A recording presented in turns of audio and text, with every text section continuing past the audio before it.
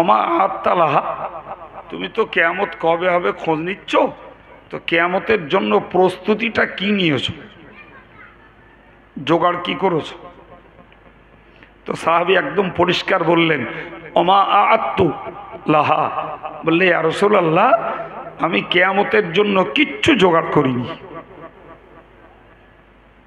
কথা বোঝা গেল কি? আচ্ছা, কিয়ামতের দিনে তুমি কিছু জোগাড় করনি, তো কিয়ামত কবে হবে খোঁজ নিচ্ছ মানে? তুমি জোগাড় যখন করনি, তো কিয়ামত যবে হোক তোমার তো খোঁজ নিয়ে লাভ নাই। আল্লাহ পাকের নবী সাহাবী বললেন, হুজুর আমি অন্য কিছু জোগাড় করি নাই, ইল্লা আন্নী উহিব্বুল্লাহ ওয়া রাসূলাহু, তবে একটা জিনিস আমি জোগাড় করেছি, আমি আল্লাহকে ভালোবাসি আর আল্লাহর নবী তথা আপনাকে ভালোবাসি। আর একটু জোরে বলেন, ইয়া রাসূলুল্লাহ, ইয়া হাবিবাল্লাহ, হুজুর আমার কোনো কিছু জোগাড় নেই, তবে আমি আপনাকে ভালোবাসি আর আল্লাহকে ভালোবাসি। প্রিয় নবী বললেন, ও সাহাবী, তুমি আল্লাহ আল্লাহর রাসূলকে যদি ভালোবেসে আল্লাহর কাছে যেতে পারো, কিয়ামত যবে হোক তোমার কোনো চিন্তা নাই। আর একটু জোরে বলুন। সম্মানিত ভাইরা আমার, আমরা বলি রব্বি জাআলনি মুকিমাস সালাতি ওয়া মিন যুররিয়্যাতি রব্বানা ওয়া তাকাব্বাল দুআ। একে দোয়ায়ে মাসুরা বলে হাদিস শরীফে উল্লেখ করা হয়েছে, যদিও এটি কোরআন পাকের আয়াত। আল্লাহর কাছে নামাজের মধ্য দিয়ে চাচ্ছি, দরুদ শরীফের পরে পড়ার দোয়া, রব্বি জাআলনি মুকিমাস সালাতি, আল্লাহ তুমি আমাকে নামাজ কায়েমকারী বানাও, ওয়া মিন যুররিয়্যাতি, আল্লাহ আমার আওলাদদেরকে নামাজ কায়েমকারী বানাও, রব্বানা ওয়া তাকাব্বাল দুআ, হে পরওয়ারদিগার আল্লাহ তুমি আমার দোয়াকে মঞ্জুর করো। সুবহানাল্লাহ। এর পরের অংশ, রব্বানা গফিরলি ওয়া লিওয়ালিদাইয়া, হে আল্লাহ আমাকে ক্ষমা করো, আমার আব্বা মাকে ক্ষমা করো, ওয়ালিল মুমিনিনা, আল্লাহ तमाम পৃথিবীর ঈমানদারদেরকে maaf করে দাও, ইয়াউমা ইয়াকুমুল হিসাব, যেদিন কিয়ামত সংগঠিত হবে সেই দিন আল্লাহ तमाम পৃথিবীর ঈমানদারদেরকে তুমি ক্ষমা করে দাও। একবার জোরে বলুন সুবহানাল্লাহ।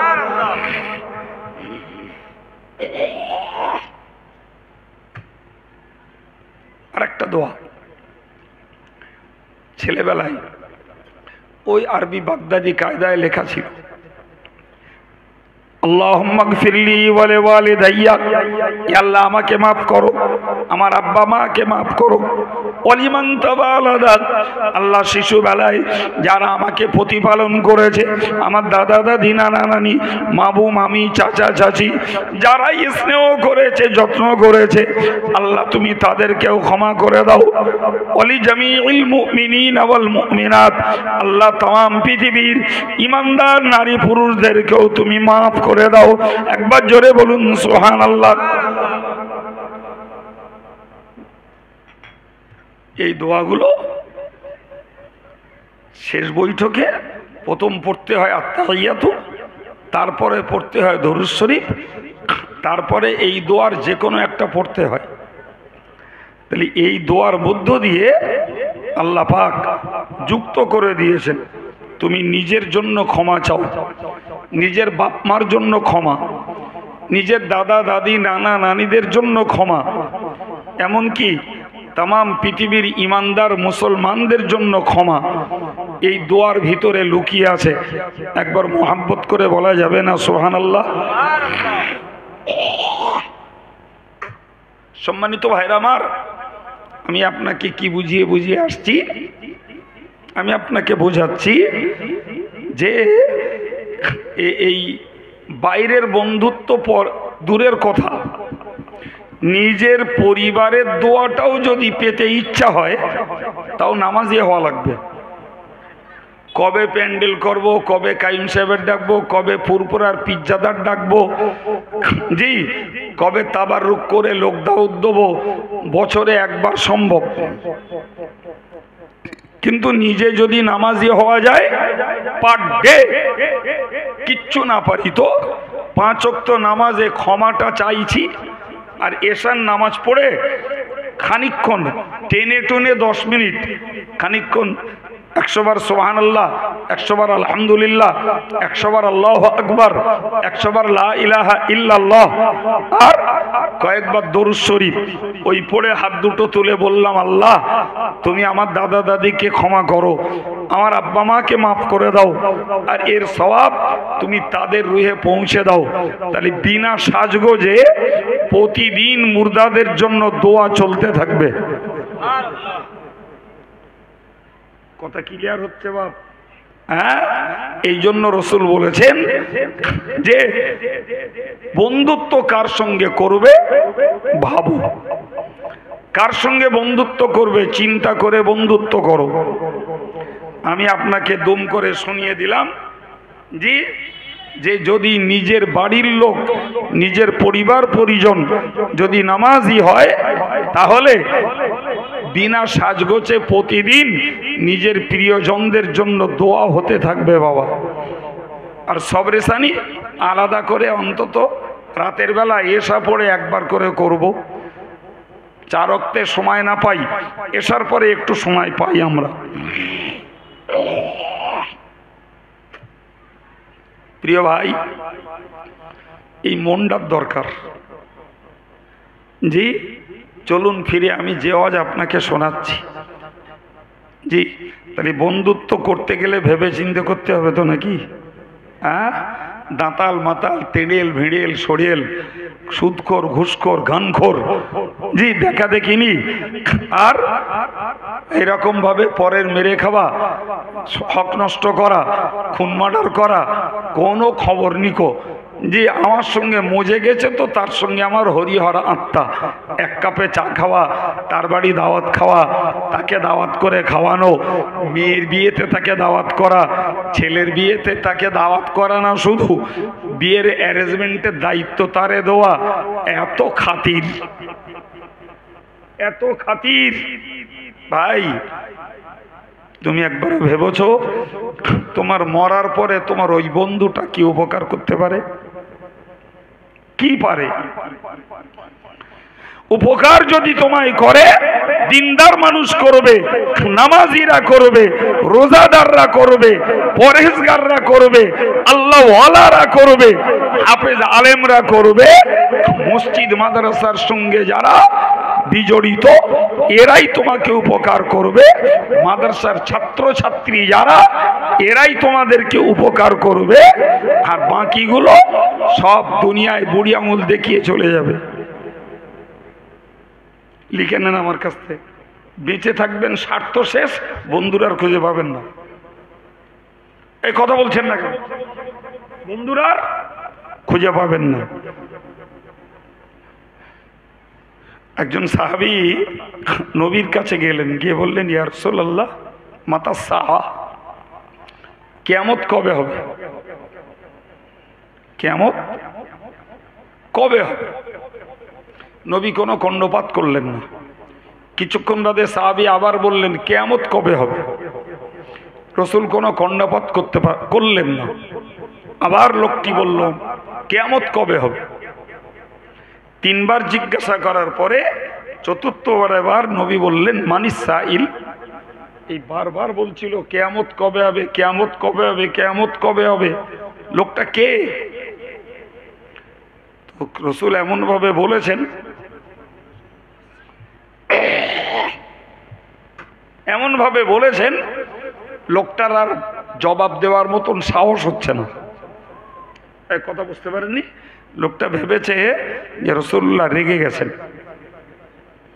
তো রাসূল যখন জোর দিয়ে বললেন, কে প্রশ্ন করছিল কিয়ামত কবে হবে, লোকটা সব হয়ে উঠল, উঠে বললে, ইয়া রাসূলুল্লাহ আমি। প্রিয় নবী বললেন, ওমা আত্তালাহা, তুমি তো কিয়ামত কবে হবে খোঁজ নিচ্ছ, তো কিয়ামতের জন্য প্রস্তুতিটা কি নিয়েছো, জোগাড় কি করেছো? তো সাহাবী একদম পরিষ্কার বললেন, ওমা আত্তু লাহা, বললে ইয়া রাসূলুল্লাহ আমি কিয়ামতের জন্য কিচ্ছু জোগাড় করিনি। কথা বোঝা গেল কি? আচ্ছা, কিয়ামতের দিনে তুমি কিছু জোগাড় করনি, তো কিয়ামত কবে হবে খোঁজ নিচ্ছ মানে? তুমি জোগাড় যখন করনি তো কিয়ামত জবে হোক তোমার তো খোঁজ নিয়ে লাভ নাই। আল্লাহ পাকের নবী সাহাবী বললেন, হুজুর আমি অন্য কিছু জোগাড় করি নাই, ইল্লা আন্নী উহিব্বুল্লাহ ওয়া রাসূলাহু, তবে একটা জিনিস আমি জোগাড় করেছি, আমি আল্লাহকে ভালোবাসি আর আল্লাহর নবী তথা আপনাকে ভালোবাসি। আর একটু জোরে বলেন ইয়া রাসূলুল্লাহ, ইয়া হাবিবাল্লাহ। হুজুর আমার কোনো কিছু জোগাড় নেই, তবে আমি আপনাকে ভালোবাসি আর আল্লাহকে ভালোবাসি। প্রিয় নবী বললেন, ও সাহাবী, তুমি আল্লাহ আল্লাহর রাসূলকে যদি ভালোবেসে আল্লাহর কাছে যেতে পারো, কিয়ামত জবে হোক তোমার কোনো চিন্তা নাই। সুবহানাল্লাহ। আর একটু জোরে বলুন সুবহানাল্লাহ। তুমি সত্যিই যদি আল্লাহকে ভালোবাসো, সত্যিই যদি রাসূলকে ভালোবাসো, কিয়ামত যেদিন হয় হোক তোমার কোনো টেনশন কি গো বাবু?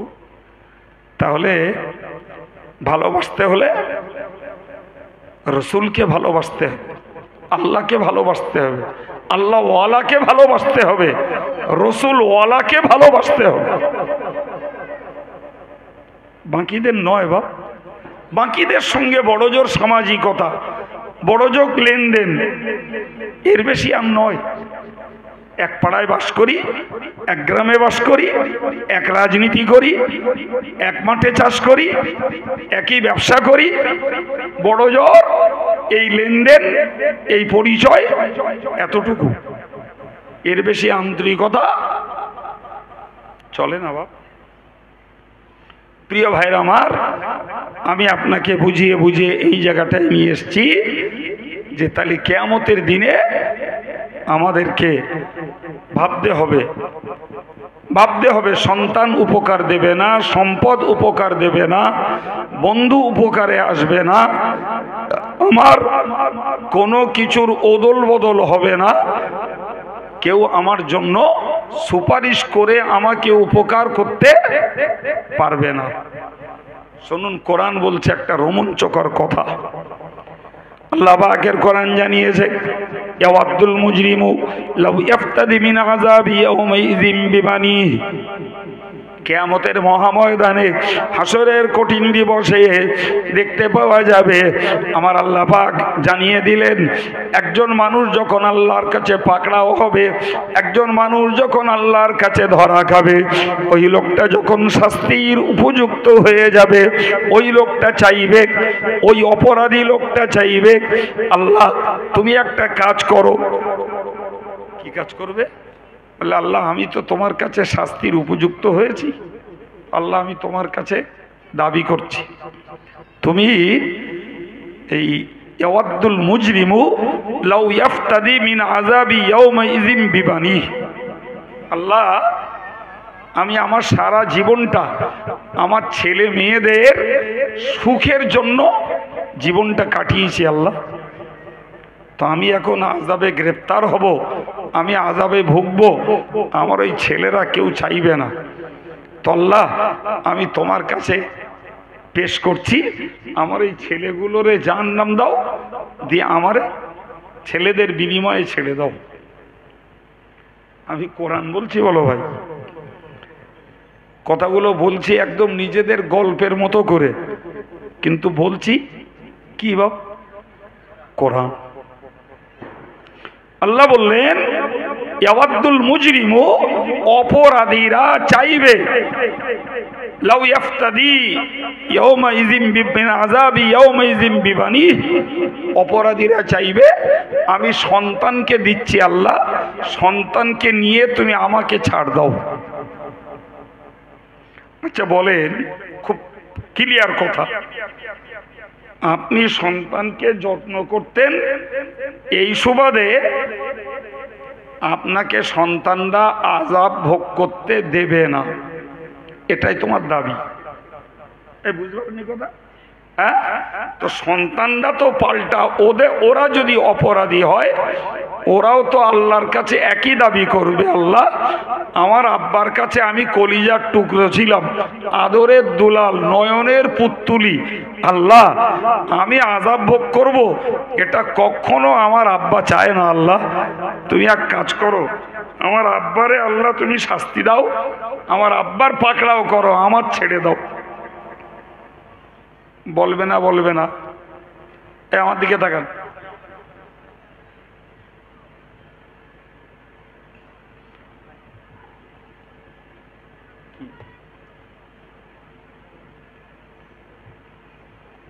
হবে বাপ? কথা বলেন, কথা বলেন। সবাই জ্ঞানী মানুষ আপনারা। আমি আগেই বলেছি, বাইরে যা হচ্ছে ওদিকে আমার লক্ষ্য না। আমার লক্ষ্য যারা বসেছেন এদের নিয়ে। যারা বসেছেন সবাই দিনদার ধর্ম আগ্রহী মানুষগুলো বসেছেন। আমায় বলেন না বাপ, বাপ যদি ছেলেরে আযাবে দিয়ে নিজে ছাড় পেতে চায়, তাহলে ছেলেও চাইবে আল্লাহ আমার বাপকে গ্রেপ্তার করে আযাব দাও, আমারে ছাড় দাও। না কি বলছেন? একদম যুক্তি। আবার আল্লাহ বললেন ও সাহিবাতিহি, ওই লোকটা চাইবে আল্লাহ আমার স্ত্রী আমায় বড় ভালোবাসতো, আমার স্ত্রীর আমি জীবন সঙ্গী, আমি তার দেহের অর্ধ অংশ।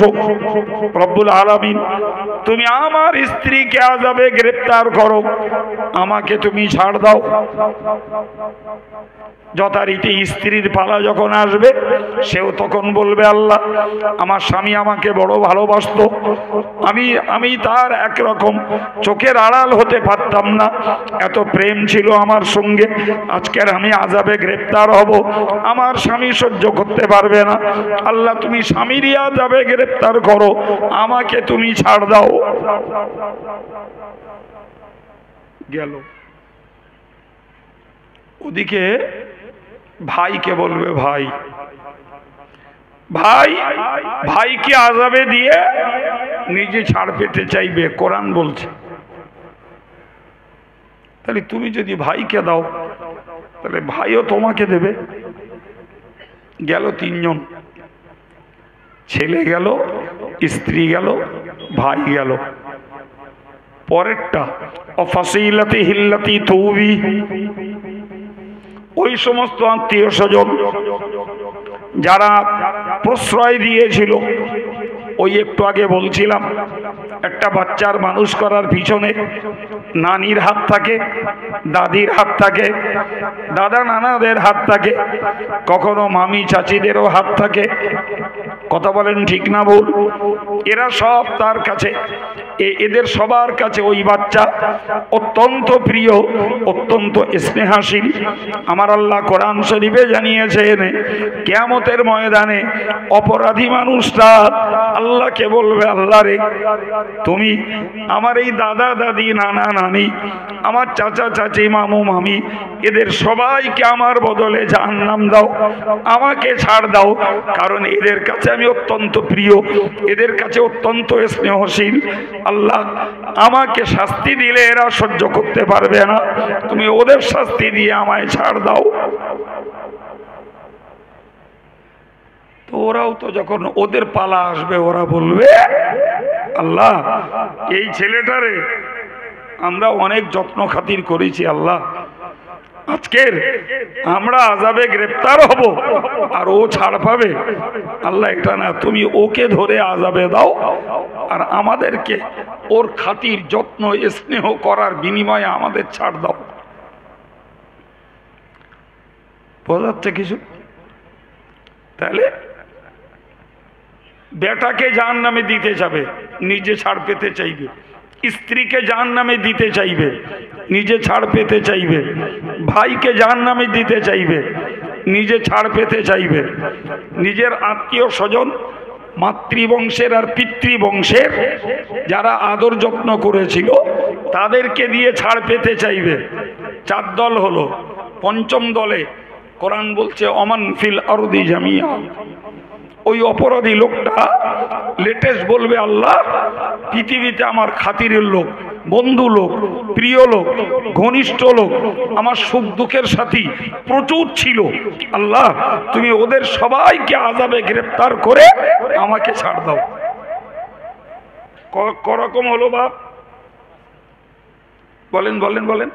5 রকম।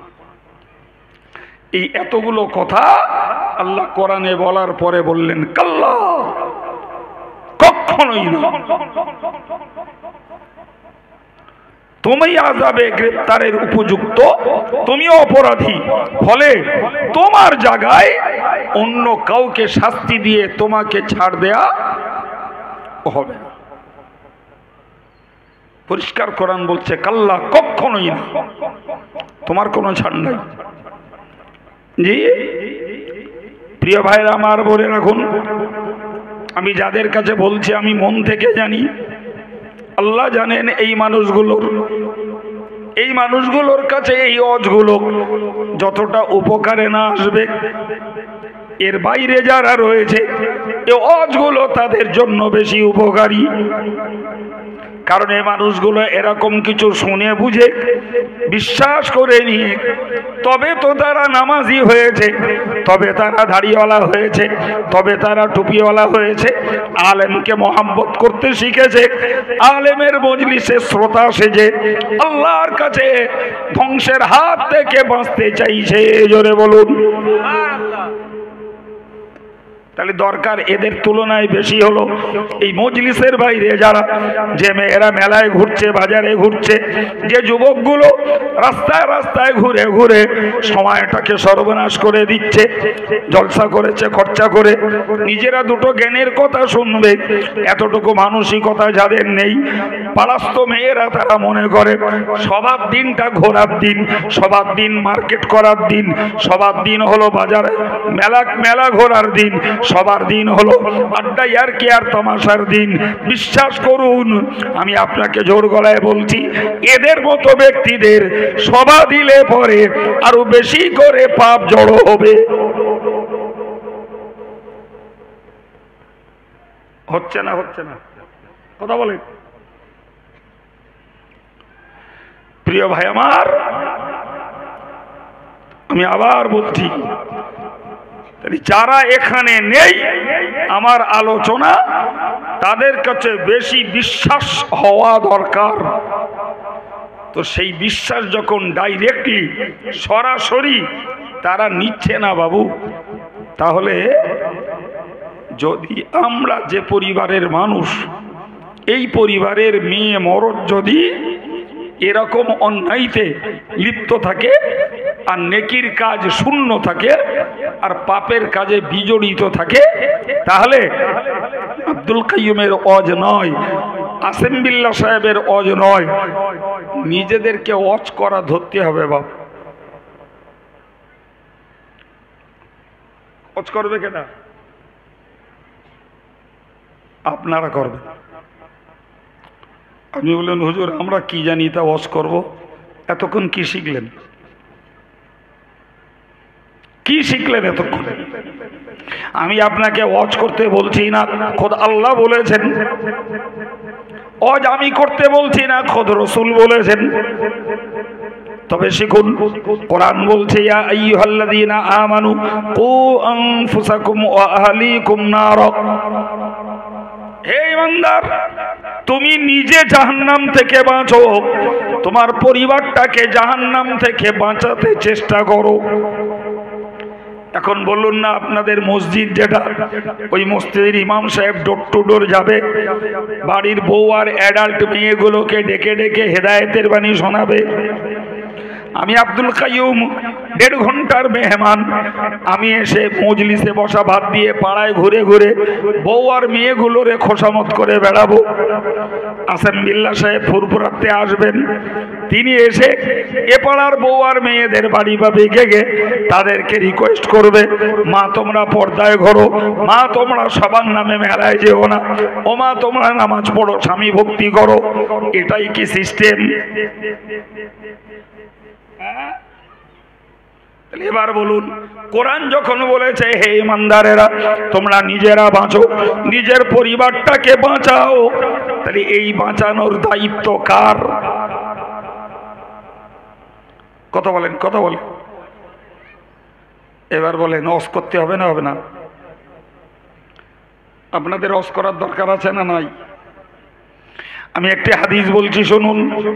আল্লাহ পাকের নবী বলেছেন, বাল্লিগু আন্নী ওয়ালাউ আয়া। আমার আল্লাহ পাকের নবী বললেন, তোমরা যদি একটা আয়াত শিখতে পারো, ওটাকে তোমরা আমার পক্ষ থেকে আর এক জায়গায় পৌঁছে দাও। এখন বলুন না, যিনি মসজিদের ইমাম, তিনি মেম্বার দখল করে আছেন, এটা মঞ্চ আমার মতো বক্তা দখল করে আছে, পীর সাহেবের খানকা পীর সাহেব দখল করে আছে, তাহলে আপনার মেম্বারে জায়গা নাই, ইসলামী মঞ্চে আপনার জায়গা নাই, খানকায় আপনার জায়গা নাই। চিশতিয়া মাদ্রাসা চলছে, সেখানে টিচার পোস্টে আপনার জায়গা নাই, শিক্ষকতার পদ আপনাকে দেওয়া হবে না, আপনার যোগ্যতা নাই। তাহলে হাদিস শরীফটা আমল করবেন কোথায়? বলেন বলেন। আল্লাহ পাক তো রসুল বলে দেননি যে হাদিসটা আলেমদের, এটা পীর সাহেবদের, এটা আমির সাহেবদের, এই হাদিসটা ইমাম সাহেবদের, এই হাদিসটা মাদ্রাসার শিক্ষক শিক্ষিকাদের, এরম ভাগ ভাগ করে হাদিস নাই বাপ। হাদিসের বর্ণনা কারো কারোর জন্য পৃথক পৃথক আছে, কিন্তু যারা যে শ্রেণীর, সবার জন্য হাদিস সমান। এই হাদিসটা কি? বাল্লিগু আন্নী ওয়ালাউ আয়া, তোমরা আমার কাছ থেকে একটা আয়াত হলেও অন্য জায়গায় পৌঁছে দাও। তাহলে আমার এই আম জনতা, সাধারণ ভাইরা, মুরব্বীরা, জি, এরা কোথায় পৌঁছাবে? এদের পৌঁছাবার দরবার হলো নিজের পরিবার, নিজের সংসার। নিজের বিবিকে বলতে হবে নামাজ পড়ো, পর্দা করো, জলসার দিনে ঘর থেকে বাইরে বেরোতে পারবা না। যুবকটাকে বলতে হবে, দেখ ছেলে বাবা, ধর্ম শিখিসনি, মাদ্রাসায় পড়িসনি, আজকের অন্তত এই সভাটায় বসবি, হুজুররা আসবে, দুটো কথা বলবে, শুনবি। বাড়ি অ্যাডাল্ট মেয়ে আছে, হাই স্কুলে পড়ে, চিশতিয়া মাদ্রাসায় পড়ে ধর্ম শেখে না। ফলে ওই মেয়েটাকে বলতে হবে, দেখ মা, খবরদার খবরদার, আজকে বাইরে বেরোবি না, ঘরের মধ্যে থাকবি।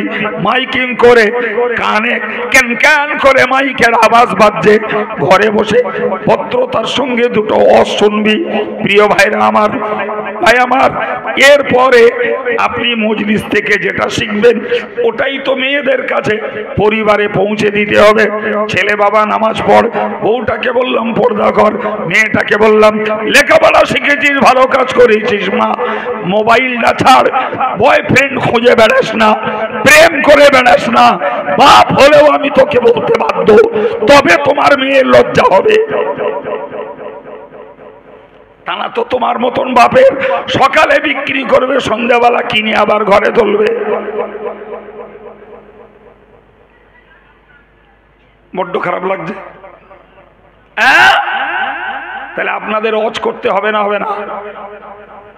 সম্মানিত ভাইরা আমার, আল্লাহর কোরআন বলছে, ভালো করে খেয়াল করুন। কোরআন বলছে, ওয়াল্লাতী তাখাফুনা নুশুযাহুন্না ফাইযুহুন্না। আমার আল্লাহ বললেন, তোমাদের যাদের ঘরের বউরা অবাধ্য ও অবাধ্যতার ভয় করছো, কান খেগো, কানে কথা নেয় না, অগ্রাহ্য করে চলে, স্বামীর মূল্য দেয় না, মহান আল্লাহ পরিষ্কার বললেন, ফাইযুহুন্না, তোমার প্রথম ডিউটি হলো ওই বউগুলোরে তুমি ওয়াজ করো। বড় ওয়াজ করতে কেটে যাবে, আমি যাব? আপনার বউরি ওয়াজ করতে আমি যাব? এমনি তাই মেয়ে ছেলে ধারে আসে না, তাই ইউটিউবের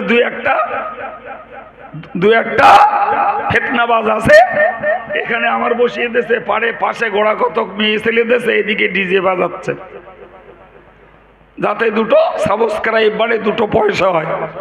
হারাম খেয়ে আর হারাম প্রচার দিয়ে জাহান্নামের গাড্ডায় চলে যাবে, তাও এদের শরম নেই। আচ্ছা, ওই লোকে বিশ্বাস করে? জীবনে বিশ্বাস করে? যারা ইউটিউব চালায় তারা জানে, দু একটা ফেতনাবাজ আছে, ওই করে পড়ে পড়ে, কখনো আমার রোজে, কখনো মাতিন সাহেবের রোজে, ওই করে। আর উতি যদি আমি এই বাড়ি বাড়ি মেয়েরকের হেদায়েত করতে যাই, তাইলে বাংলা জুড়ে শুধু প্রচার হবে না, সারা বিশ্ব জুড়ে প্রচার হবে বাঙালিদের কাছে। দেশে কাইম সাহেব সর্বনাশ করে কি ব্যাপার, সে বড় গোবরায় খালেকের বাড়ি ওর বোর হেদায়েত করতে গেছে। কি বলছেন আপনি? তাহলে বোর হজ করবে কে? জোরে বলে স্বামী। বাহ, গুড অ্যান্সার। আমার আল্লাহ বললেন ফাইজুহুন্না, তুমি হজ করো, উপদেশ দাও। এরপরে যদি তোমার উপদেশ শুনে সে শুধরে যায়, তোমার উপদেশ শুনে যদি সে ভালো হয়, তাহলে তো তার কপাল ভালো, তুমিও সওয়াবের হকদার হয়ে যাবে। সুবহানাল্লাহ। যদি তোমার উপদেশ সে না শোনে, ওহজুরুহুন্না ফিল মাদাজি, এরপরে তুমি তার বেডটা আলাদা করে দাও, তার থাকার জায়গাটা আলাদা করে দাও। থাকার জায়গা আলাদা করো। জি, মনে আছে তো করোনার পিরিয়ডে সরকার বলিল সোশ্যাল ডিস্টেন্স বজায় রাখো। এই হাঁচির গতি যায় নাকি 6 ফুট, সুতরাং 6 ফুটের মধ্যে কেউ দাঁড়িয়েও না। তা ব্যাংকে দেখলুম, ব্যাংকে গোল গোল দেওয়ার, জি কোটে গোল গোল দেওয়া, রেশনের দোকানে গোল গোল করে দাগ কাটা, মানে উড়ির মধ্যে মধ্যে দাঁড়াও, তাহলে কারুর জীবাণু আর কারুর হতে যাবে না গো। আমার তখন মনে হচ্ছিল, আর আমি বলেও ফেললুম একার জায়গায়, মানে এ নাই হলো রে বাপ, এখন বাড়ি 8 জন ফ্যামিলির সদস্য, এখন করতে হবে বউডার বলতে হবে তুই ডোবে যা, আর মেয়েটার বলতে হবে তুই গইলি যা, আর ছেলেটার বলতে হবে তুই ছাদে যা, আর একটা মেয়ে থাকলে তার বলতে হবে তুই খাটের নিচে যা। ডিস্টেন্স তো বজায় করতে হবে। কথা বলছেন না কেন? এরম করলো কেউ? কেউ করিনি। জি প্রিয় ভাইরা আমার, আল্লাহ বলছেন তোমার বউটাকে যদি হেদায়েত করতে চাও, তাহলে প্রথমত উপদেশ দাও। উপদেশ শুনলে তারও কপাল ভালো, তোমারও কপাল ভালো। যদি উপদেশ না শোনে, তো সোশ্যাল ডিস্টেন্স করোনার জন্য নয়, জাহান্নামের আগুন থেকে বাঁচানোর জন্য ডিস্টেন্স তৈরি করো। বউকে তোমার শয্যায় আর থাকতে দিও না। যাও, তুমি ধর্ম করো না, পর্দা মানো না, গাল দেওয়া বন্ধ করোনি, গলাবাজারি বন্ধ করোনি, তুমি মেলায় ঘোরা বন্ধ করোনি, তোমার সঙ্গে আমি আর এক বেডে থাকবো না, তুমি আলাদা আমি আলাদা। এই সিস্টেম আমি শিখাইনি, কোরআন শরীফের 5 পারার 3য় রুকুতে জলজল করছে। আল্লাহ বললেন বউয়ের বেডটাকে আলাদা করো। ওতেও যদি বউ সোজা হয়, ওতেও যদি বউ সোজা হয় তো কপাল ভালো, যদি সোজা না হয় কোরআন পরিষ্কার বলছে অদরিবুহুন্না, হজ করে সোজা হলো না, বেড আলাদা করলে সোজা হলো না, এরপরে তুমি তোমার স্ত্রীকে মারো। এই যা বলতেছি সামনে বারে আমার লেবেনার পরিষ্কার বলে দেবে মেয়েরা, ওই হুজুর যদি আনো তাহলে চাঁদা পাবা না। একটা গজব হুজুর আনো, তাতে 15,000 নেয় নেক, 2টো গজব গেয়ে যাক। দেখছে তাই লোকে দেখছে। আরে তুমি আমারে না নিতে পারো, কপাল পোড়া নির্লজ্জ, তোর বাড়ি থেকে তুই কোরআনটা কোথায় দিবি? তোর বাড়ির কোরআনে লেখা, তোর বাড়ির কোরআনে মওজুদ অদরিবুহুন্না, তোমরা তোমাদের স্ত্রীদেরকে মারো। কোরআনটা কোথায় দিবি? আমারে নাই বাদ দিবি কোরআন। আমার আল্লাহ বললেন ফাইন আতানাকুম ফালা তাবগু আলাইহিন্না সাবিলা, 3টে পদ্ধতি 3টে অ্যাপ্লাই করো। যদি তোমার স্ত্রী যদি মান্যতা দেয়, খবরদার খবরদার ওই স্ত্রীর উপরে তুমি আর আক্রমণ করার কোনো রাস্তা আর খোঁজো না। সুবহানাল্লাহ। তুমি আর তাকে মারতে পারবে না। সে যখন অশুনে হেদায়েত হয়েছে, কিংবা বেড আলাদা করে দেওয়ার পরে হেদায়েত হয়ে গেছে, সে যখন এক ঘা মার খেয়ে নামাজি পর্দানুসীনা আল্লাহ ওয়ালি হয়ে গেছে, এরপরে তরকারিতে নুন কম হয়েছে আর হলদি বেশি দিয়ে ফেলেছে, ওটা ক্ষমার নজরে দেখো, এরপরে তার গায়ে তুমি আর স্পর্শ করতে পারবে না শাস্তি দেওয়ার নামে। এবার বলেন আজ আপনাদের করতে হবে না হবে? খাটতেছে আমার কথা? সম্মানিত ভাইয়ের আমার, আমি আরো একটা কথা আপনাদেরকে শুনিয়ে দিচ্ছি, মনে রাখুন। আল্লাহ পাকের নবী বলেছেন, মুরু আওলাদাকুম বিসসালাতি ওয়া হুম আবনাউ সাবআ সিনিন। প্রিয় নবী বলেন, তোমরা তোমাদের বাচ্চাগুলোকে, তোমরা তোমাদের ছেলেগুলোকে 7 বছর বয়স হলে নামাজ পড়তে বলো। 7, 8, 9, 3 বছর নামাজ পড়তে বলো। জি, এরপরে বললেন অদরিবুহুম আলাইহা ওয়া হুম আবনাউ 10 সিনিন। আর ওই নামাজ যদি না পড়ে 10 বছর বয়সে পৌঁছে যায়, তাহলে 10 বছর বয়সে পৌঁছানোর পর ওই ছেলে ওই মেয়ে যদি নামাজ না পড়ে, তাকে তুমি এবার মারো। আগেরটা বলেছেন স্ত্রীকে মারতে আল্লাহ, আর এটাই হাদিস বলছি। বাচ্চাদেরকে 7 বছর থেকে 10 বছর মুখে বলো, 10 বছরে পা রাখলে ছেলে আর মেয়েগুলো নামাজ না পড়লে মারতে বলেছেন রাসূলুল্লাহ। অথচ তামাম পৃথিবীর ইমানদার মুসলমান এক কথাই বিশ্বাস করে, নবী হলেন রহমাতুল লিল আলামিন, দয়ার সাগর, মহাসাগর। ওমা আরসালনাকা ইল্লা রাহমাতাল লিল আলামিন। আল্লাহ বললেন, নবী গো, আমি তোমাকে পাঠিয়েছি জগৎবাসীর জন্য করুণা বানিয়ে।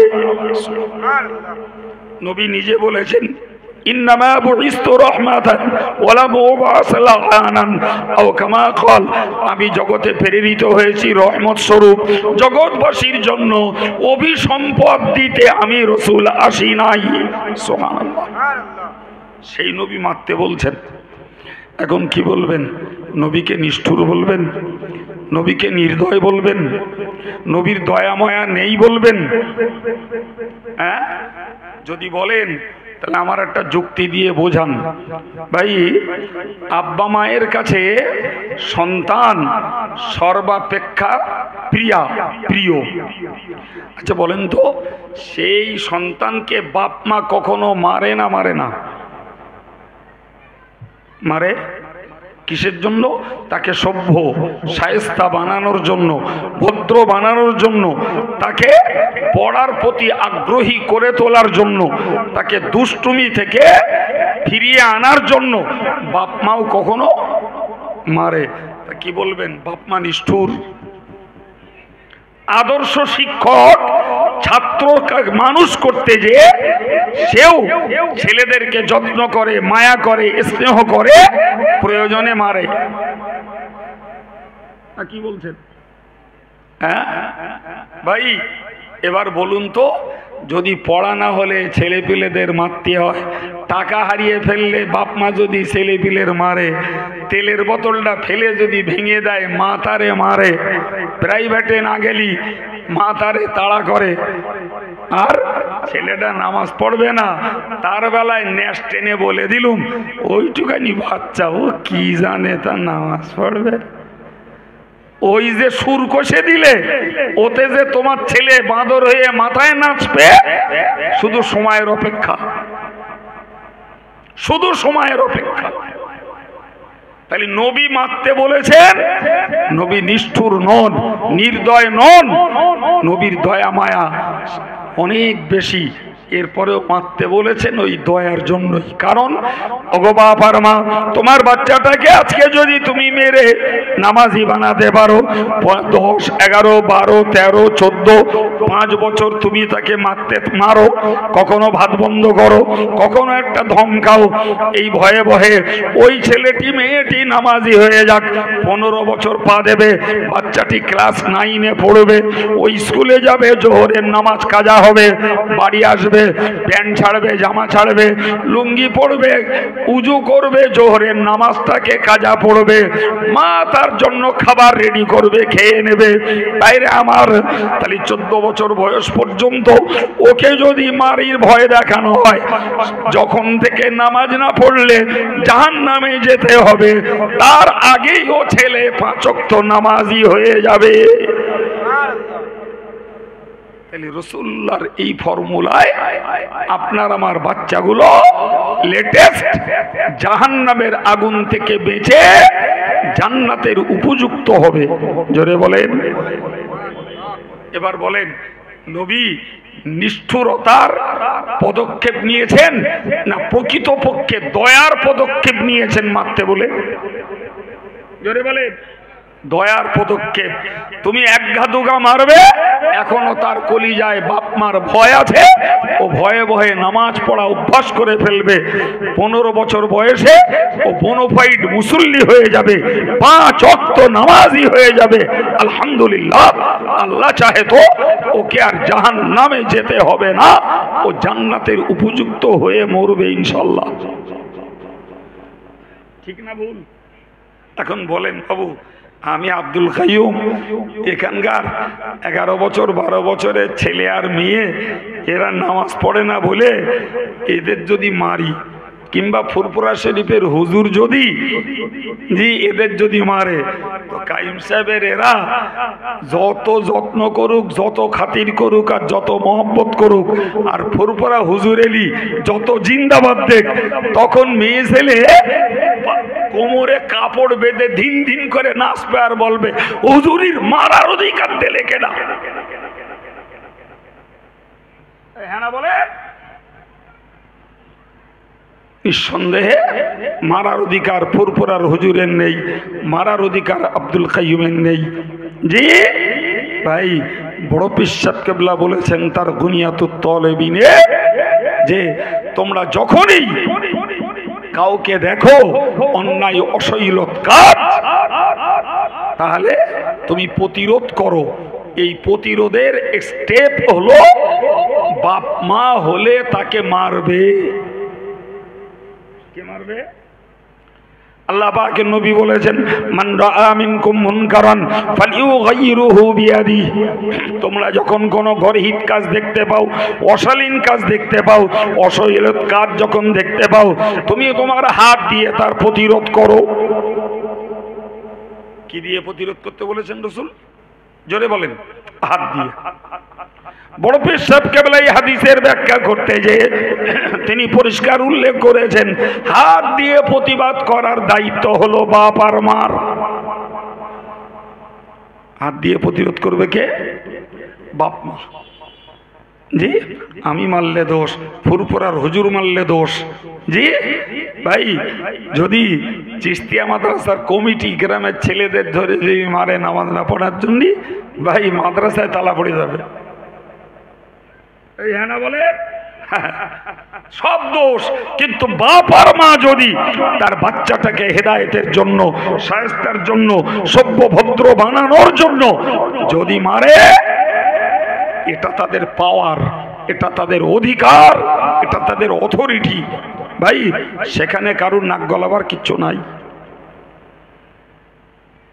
জি, আর বাপ মা ছাড়া অন্য অধিকার হলো সরকারের। কার? প্রশাসনের, পুলিশের, থানার।